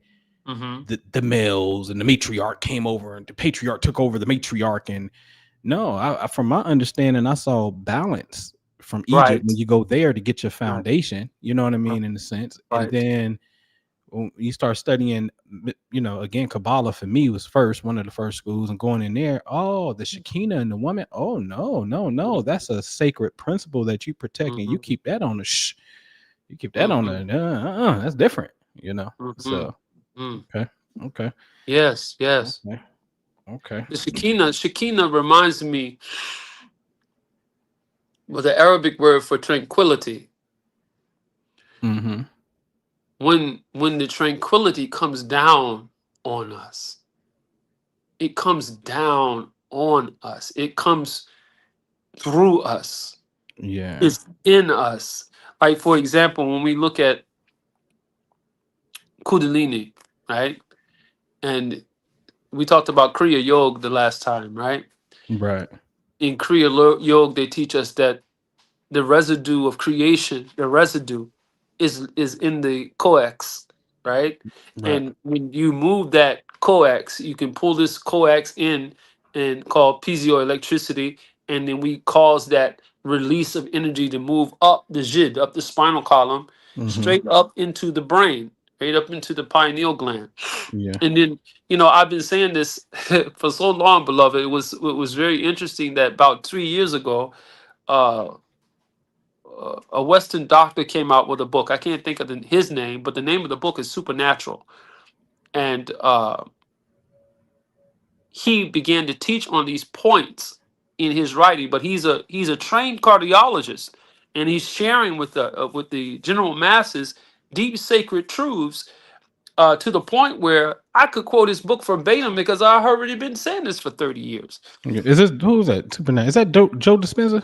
Joe Dispenza, that's his Yeah, name. Yes. Dr. Joe. Yes. That's my buddy. Man. I got a picture with him. And, Oh, did you? Good, yeah. good. I went to go see Yeah, him in Austin and had a conversation with him. And yeah. Joe's heavy, brother. yeah.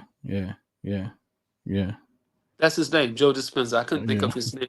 Yeah. But I remember when I found this book, I was like, wow, man, we've been saying this. I was happy to see that it was verified by modern science. Yeah. Because oftentimes you can't, our people today, or people in general today, you don't want to know anything unless it came from some scientific process. And I'm not angry because of that, because they've been lied to so much. So verification is essential. Absolutely. Trust but verify. Yes, sir. That's what I tell people in real estate. Okay. Find out who closed the deal. They say they closed. Now call them people and ask them, do they close the deal? Just don't ask other people, the investors. Mhm. Trust but verify. Please verify. Right. Right. Absolutely. Let me ask you this. Back to this Islam in the West and its projection, whether from the Nation of Islam, knowing it, either from the story I shared with you, the Moroccans are saying Islam is going to rise in the West, right? Mhm.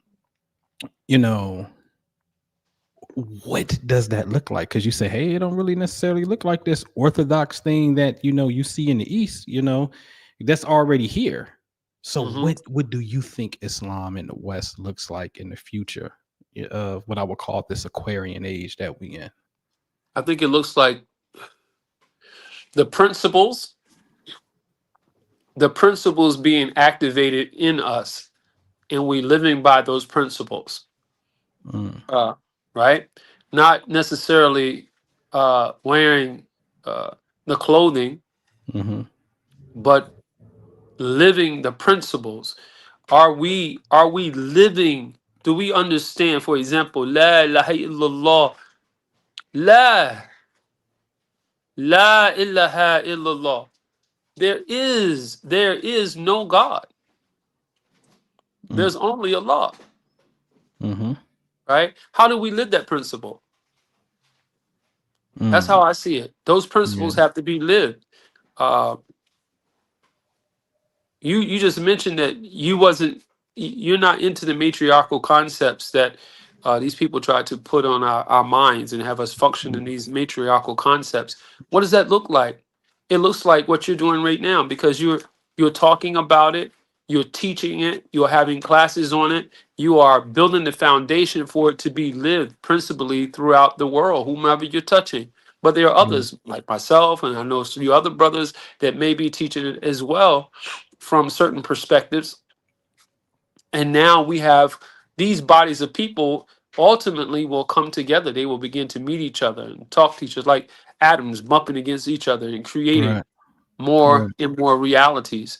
And then we'll see those there's some who are into the traditional way of dressing and thinking and speaking. You will see many of them come to the realization that this doesn't work today.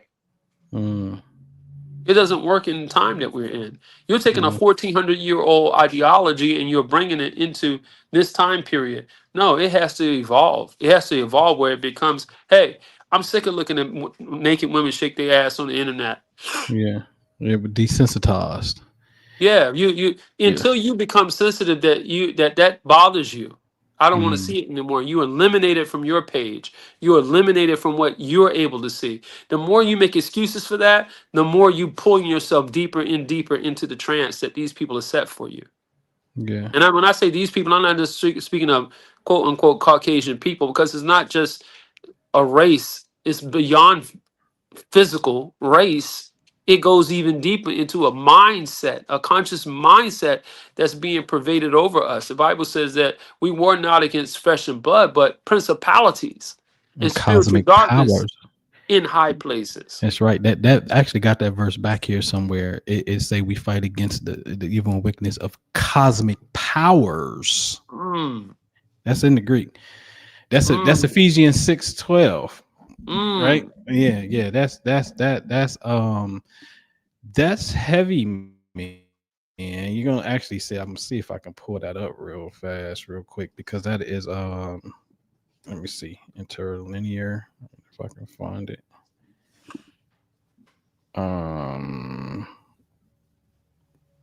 Till you grow, till we grow to the point where those actions, gossip, mm, we have to become disgusted with it. yes, Then we know it's living in us. As long as it pleases you, it's not alive in you.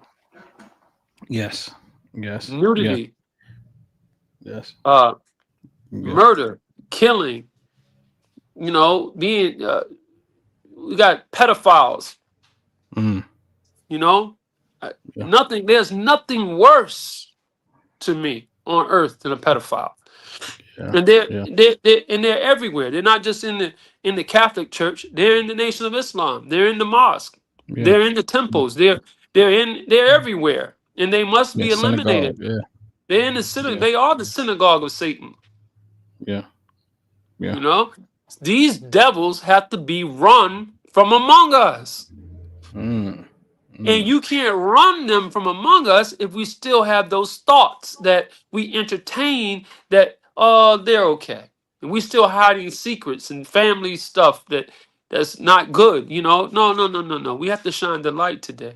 yeah, yeah. We I, have to I, shine the light today. I agree, but you made me pose a question, and here it is on the screen, y'all. If y'all can see it, it is say we wrestle against the authorities, against the cosmic powers of darkness. Wow. That's literally what they say. That word is cosmic powers, ladies and The gents. cosmic powers. Yeah, Sorry, brother. absolutely. Yeah, absolutely. Wow. So, Wow. how do you reconcile? How do you reconcile? Well, you're speaking about a pedophile, but Muhammad had a wife that was a little kid, and yet that's your prophet. And that's your theme, Islam. How do you reconcile that in Islam? Well, I don't. I'm going to say something that's going to be a little bit shocking if you want to hear Yeah, let's let the hawk out, brother. Let it out. Let the it. truth out. I have to go back to the master. There's no equivalent to his mind that I've seen. Master Farad said, Muhammad ibn Abdullah, you don't hear me call him prophet. You hear me call him Muhammad ibn Abdullah because that's who Mm, he is. He's Muhammad, the son of Abdullah. But Master Farad said he wasn't a prophet. He said a prophet comes every 2,000 years. There's 2,000 years from between Musa and Isa. There's 2,000 years. There's not 2,000 years between Isa and Muhammad ibn Abdullah. He mm, said Muhammad was an enthusiast. mm, That's how he worded it. Now, that's debatable among other groups and whatever. I'm mhm, not going to get into that aspect of things, but I don't believe in the hadith. I don't take that seriously. mm. Uh, Talk I, I about it. s- I don't. I do not take it seriously. It does not. That Quran that I gave you many years ago, Mm-hmm, it is sharply against that text. And mm-hmm, anybody who marries that text in must take must take accountability and say, hold on, this is not true. right, The Quran doesn't talk about Muhammad having Aisha as a 9-year-old as right, his wife. right. That's in Hadith. And these right now, the Somalis was just arguing over their ability to marry little girls not even a couple of months ago. Wow. Yeah. Mm, So what kind of human being wants to touch a little girl? right, What kind right. of degenerate are you? I hope you're listening. What kind of degenerate are you that you want to violate a little child? There's a place for you, and I hope it's very hot. Right. Right. I, Right. I seen research say there's some things coming out now that's saying, hey, based off of Aisha's sister in the time about some events. Aisha was actually way older than that, like mid teenagers, like 16, 17, up in that range, and was right. it wasn't this very young age that they're saying. And that's what they're starting to come out with now. And I just always find it interesting. Well, if that's what he was on, why didn't he do it again and again and again? on top of it. Right. But but to the hadith, I'm not a fan of. I'm a fan of wisdom, and I love beautiful sayings of wisdom for sure. We actually study it in that sense just to get some wisdom. But to use it as the authenticator factor, when the truth of the matter, when you deal with Sahih Muslim and Sahih Bukhari, these are coming 102 years, 200 years later after the fact. They wasn't there. Who are you to say was true? And then the ultimate bias for me is Ali lived with the Prophet for over 30 plus years. And this man is not mentioned but a handful of times inside of your most authentic Sunni hadith. Exactly. And then when I start getting on the trail, and I was thinking about this today, it's a beautiful thing that I see people love Islam and they love the Prophet, they love Islam without looking at the history, physical history. And I said, that's beautiful because it's an ugly history. Sometimes you don't need to look at trauma if you can just extract the love from where you're getting the love, right? There's no need to really go in it. But if you kind of want to get into the history, I just find it hard. I guess I'm going to ask you this.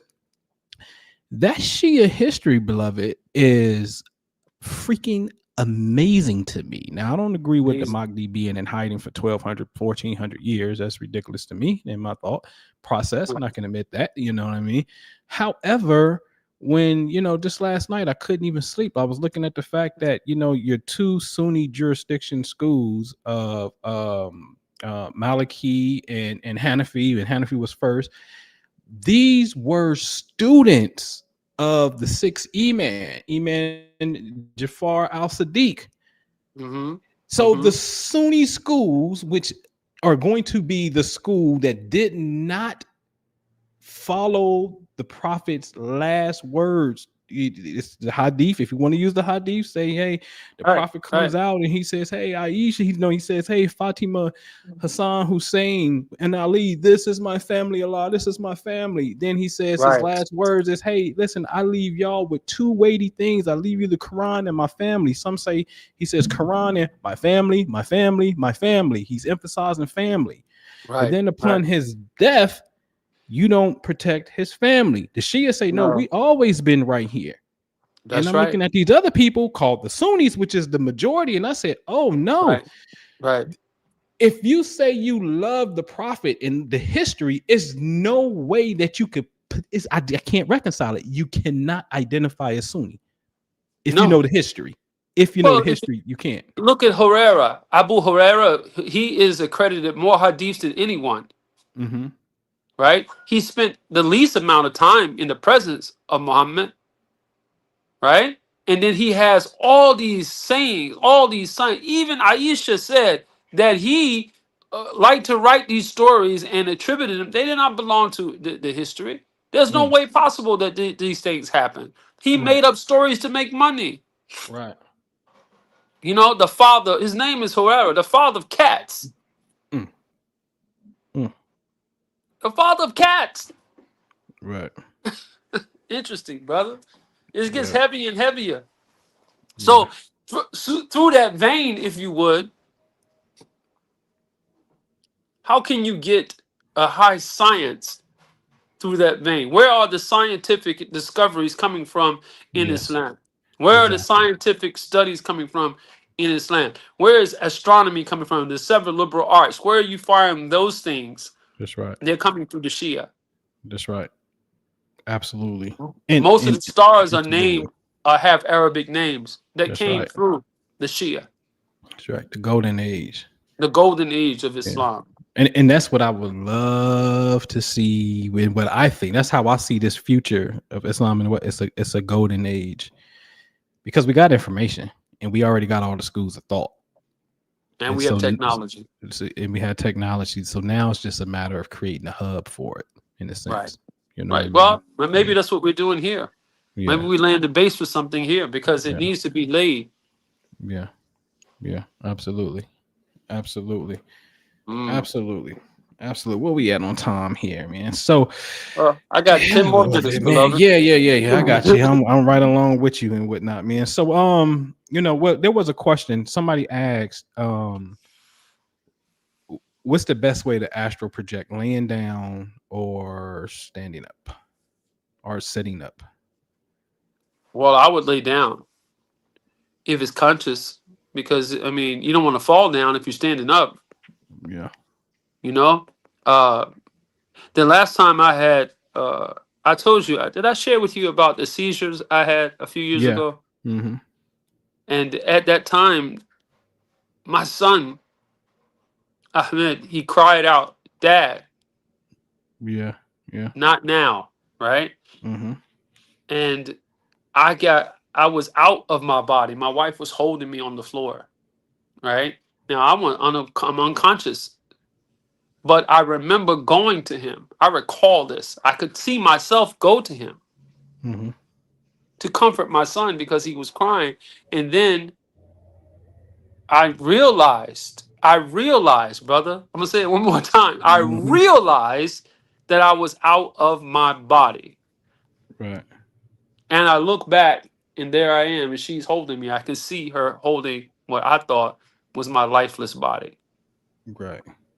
So I go back, just a thought, Mm-hmm. not just a thought. I go back into the body and I wake up, and then it's like you don't forget it, but it's not as relevant until you go back and think over it later.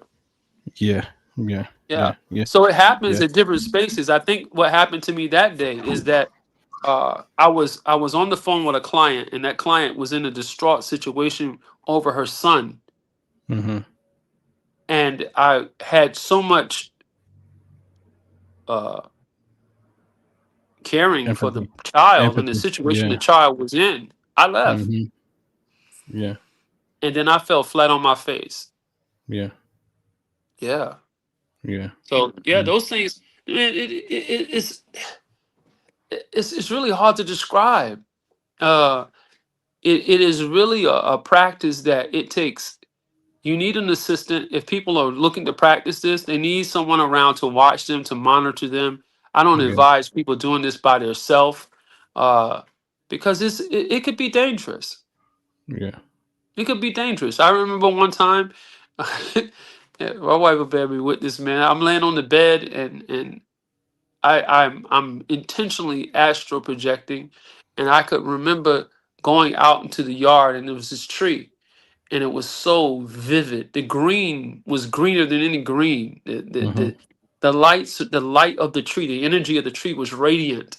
As I would reach for the tree, I could feel the leaf reaching back to me. The whole time I'm laying on the bed, Right. right? But then trying to get back was a struggle on this particular day. Mm. And I had to force my body to move, almost like when you have sleep paralysis. If you ever experienced sleep Yeah. Yeah. paralysis. Absolutely.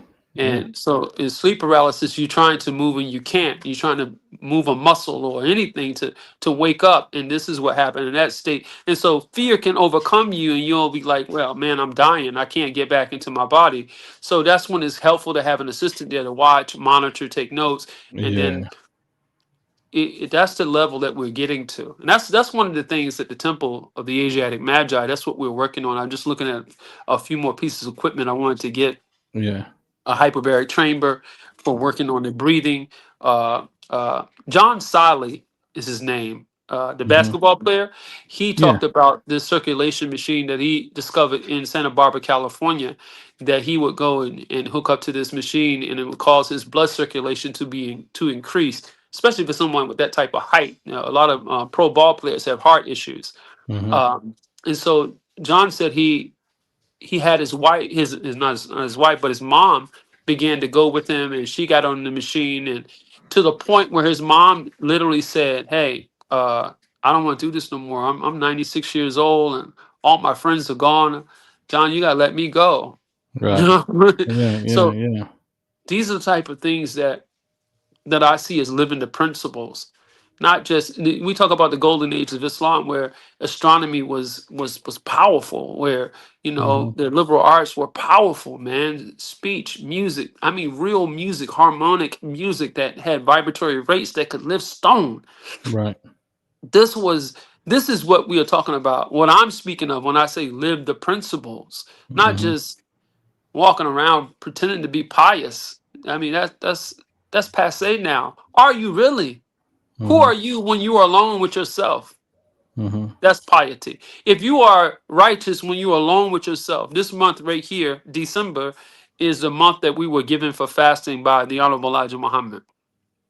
Right? Some people refer to it as December Ramadan. It's not Ramadan, but it is a month of abstention from those foul things that you've done throughout the year.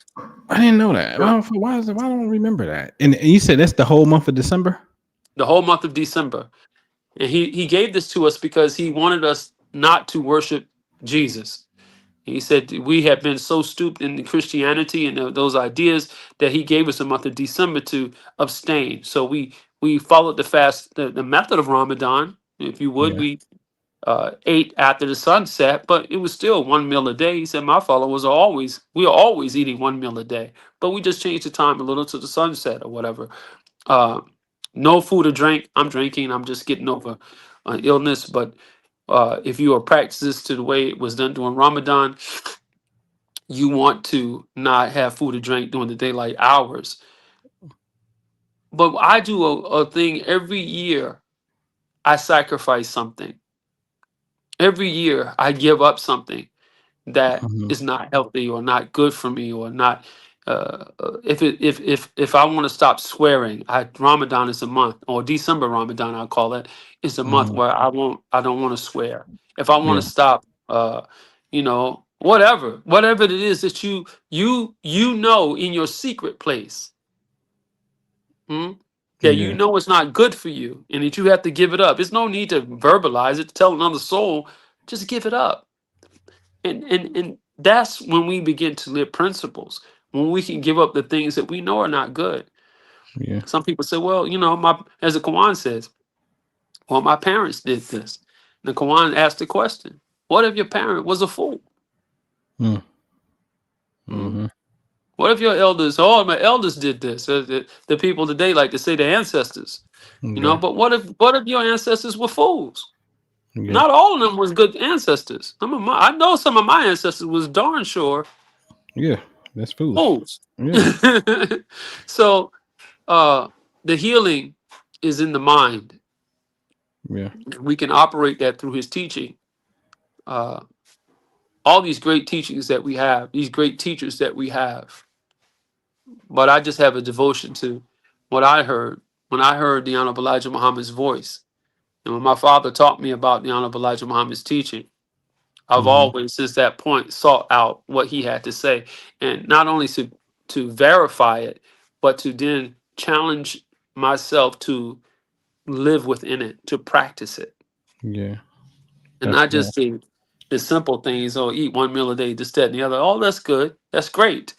But there's other levels to it that many, I don't know if they explore it, but I am attempting to explore those levels of things. Yeah. Yeah. Yeah. I'm with you, man. Alhamdulillah. I didn't know that. That totally slipped me, the December Ramadan, because for us today is our last day eating. And we going on a 34-day journey from December 8th to January the 10th, because the sun is about to look like it's moving into the Milky Way center, which is that big band of light. Right. And then December 18th is directly in front of the center. And so Right. the sun is emitting more ultraviolet light in this area of space, has a radio signal. Science has confirmed there's a radio signal that comes out of there. And so I've been showing over time how every time we use the moon is here, we do things, and new stars are born, and science starts to pick up some weird activity that's taking place in this vicinity of space. And I'm showing them, and I said that the Islam that I was taught was an Islam that taught me that thought travels at 24 billion miles per second, which means there is not one planet in this solar system that my mind cannot get to in less than 0.2 of a second. Teach. True. My mind can get to every single planet in less than 0.2 of a second. That's right. And I say, yes, this, which is it's a mind science, beloved, right? So, That's true. somebody had one more question for you in the chat, and you can give us your contact information, what you're doing. It was hypnotherapy while pregnant. Yes, no. Yes. What's your thoughts? Okay. Some people even use hypnotherapy as a form of dealing with the pain during childbirth. Mm. Yeah, it I is see. nothing wrong with that. It is not a drug. It is safer than a drug, and you just have a competent person that is a competent conductor, someone that you trust, and someone who is. I don't let people deal with my mind who are deviants. I like to I like to make sure they're not wicked people. Like even when I performed weddings, I don't like to be in a place of negativity of my own uh, loathing, if you would, and then marry someone. I don't want to carry that energy. Words carry Right. energy. I don't want to carry that energy into another person. So you want to be very careful um, when you seek out a hypnotherapist if you're pregnant, because you're carrying life in the Yeah. womb. Sound travels on water, and hypnosis. The key thing to hypnosis is the ear. Mm, The ear is the womb by which the words enter. mm, You know. So we need to think about that. Sound travels at 1,120 feet per second, and light travels at 186,000 miles per second. But within the sound is the light. mm-hmm. Mm? Within the slow sound is the speedy light. Yeah. And the Honorable Minister Louis Farrakhan, elaborating on the Supreme Wisdom lesson, said that once the word enters the ear, it is cracked open by belief. See, Mm, it is the belief in that word that cracks it open for you and allows you to move at the speed of light. yeah. Because you start to see ideas and images pop up in your head from the sound. True, true. So now So your mind is producing light. Yeah. when we go back into the ancient Egyptians, then we go back into ancient Kemet and we start listening to words, the Heka or the Hekau. And we Mm-hmm. know that those words are words of power.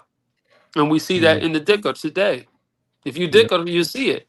And I leave you with this. Sheikh Hashim Kabani taught us this. And he said one of the students would always come to him and ask, uh, could you teach me this? Could you teach me that? Could you teach me this? Could you teach me that? And you know, sometimes we have these students that they just constantly wanted Yeah. to Yep. learn. And that's one of the reasons that Minister Malcolm, after he would teach a lecture, he would sit with the sisters. He said because the sisters would not pester him to teach more, as Yeah. going to sit with the brothers because they're Right. gonna keep nudging you to teach more. So the Right. brother, the sheikh sends the brother up a mountain. He says, "Go up there, brother, and I'll send for you and master your ego, so to speak." So the Mm, brother goes up into the mountain, and when he's in the mountain, he's just doing his dhikr. Every mm-hmm. day he goes up in the mountain. He lives there. He dickers. He doesn't come back down. And so as he's dickering, the wild animals come out, the bears, the fox, the wolf, all these creatures come out and they sit and listen to his dicker. Mm-hmm. Years pass. I believe it was 7 years that passed. And the brother comes down the mountain. And the sheikh says, "Brother, where were you?" He says, "You sent me up the mountain, sheikh." He says, "Yeah, but I didn't mean for you to disappear forever." He said, and but he Mm-hmm. came to the realization that all the animals that were listening were his own nafs. Mm, And the dhikr had allowed him to conquer his nafs, to conquer his own spirit, to conquer his own soul. These aspects, the bear was an aspect of him, the wolf was an yeah. aspect of him, the fox, these wild animals were him that he were taming within himself with the dhikr. And Yeah. so that's the goal. That's the Right. goal. That's what seclusion is for. We all need to take a seclusion, Mm-hmm. and when you take it, go into yourself. Don't worry about what's going on the outside until you what come through to the purpose that you went there for. Yeah. Yeah. Absolutely. Absolutely. Yeah. That's Bao's teaching. The animal is in you. The monkey is in you. All of Yeah, these, the dragon is in you. that's right, bro. Yeah. All of that. That's Yeah. right. Yeah. It's Yeah. all Yeah. in you. Yes, Absolutely. sir. Well, I appreciate you again, beloved man. Oh, Leave them brother, on. I Leave us appreciate you. your contact information, how to get a hold of you, and what you got going on, what's coming up. Well, I just spoke with last this between the time we last did this. I've Mm-hmm. had like 5 people reach out, and I've had a chance Alhamdulillah. to Good. talk to a few of those people, and it was a blessing, brother. It really was a blessing to Good. be able Good. to share with those people. Um, currently right now, if you want to have a conversation with me, I can be reached via text 223-322-9982. Like I said last time, don't call because I won't answer. Yeah. But Say if the you number text again. me, I'm gonna put it in the chat. 223. 223 322-9982. If you text me, I will respond and we'll schedule a time when we can have a conversation and see if we're a good fit for coaching. If you want to be coached by me, if you want to have some conversation, spiritual insight as a spiritual coach, I'm here for you. Uh, if you are open to being taught, or if you are open to being guided, but if you just want to debate, don't reach out to me because I'm not interested in debating anybody. Right. Yeah. Uh, Yeah. my It's brother said, I debate my peers, all others I teach. John Henry Clark. Yeah. Yeah. Yeah. It's a beautiful thing, man. I took consultation tabs down because you do need to see if you're a good fit. It's an energetic exchange, It you is, know. brother. And And not everybody's yeah, a good fit. yeah, that's true. That's very You know, true. there are a lot of mental illness out here, brother. Yeah, yeah. You can't really help anyone with severe mental illness. They have to Mm, face that themselves. mm, Unsanitary, sanitary, and sanity. These words are mm. related. When people are doing unsanitary things, they are dealing with insanity. Wow. So we have to look at that. Yeah, absolutely. Look at that. Absolutely. Absolutely. Well, I appreciate you, man. I Brother, appreciate I you. I ain't appreciate gonna you. I'm hold you. honored. I am And honored. we're gonna have Thank to you. do a part 3. Oh, brother, just let Yeah, me we know do a when. part 3, and I think I want to talk about your favorite Sufis. Oh, Yeah. oh, That came to me. Your favorite Araba. Sufi tales. Yeah. Rabia. I like Rabia. We Oh, can go Rabia. deeper. Yeah, Yeah, I yeah, love yeah, her. I yeah, love Hoja. yeah, Uh, yeah. You know, man, you giving up a homework assignment, and I told this to one person in class. I said, "Don't." I said, "Don't." You better not say nothing. I said, "But we going there, right there. You're gonna have to find someone, and I want you to find women of the golden age of Islam, and study that person and do a presentation on this person. Know that rich history. It's some beautiful stuff that's there, man. So I know who you're talking about for sure. Yeah. yeah, man. One of the things about Rabia I love is that the Kaaba met her. When you read the history, she says the Kaaba, she was on her way to Mecca to make Hajj. Mm, She was on her way to Hajj, and she fell sick and she couldn't make it. And so Allah sent the Kaaba to meet her. Yeah. wow. Imagine, brother, imagine That's that. wild. Yeah, beloved. That's wild, man. You know, because that's and I'll talk to you another day about it. You know, when I lived in Denver, you know, in the autobiography of a yogi, you got that book, right? I'm Yeah, sure you read yes, it. You know, it's a chapter called "The Saint with Two Bodies." You know, yes.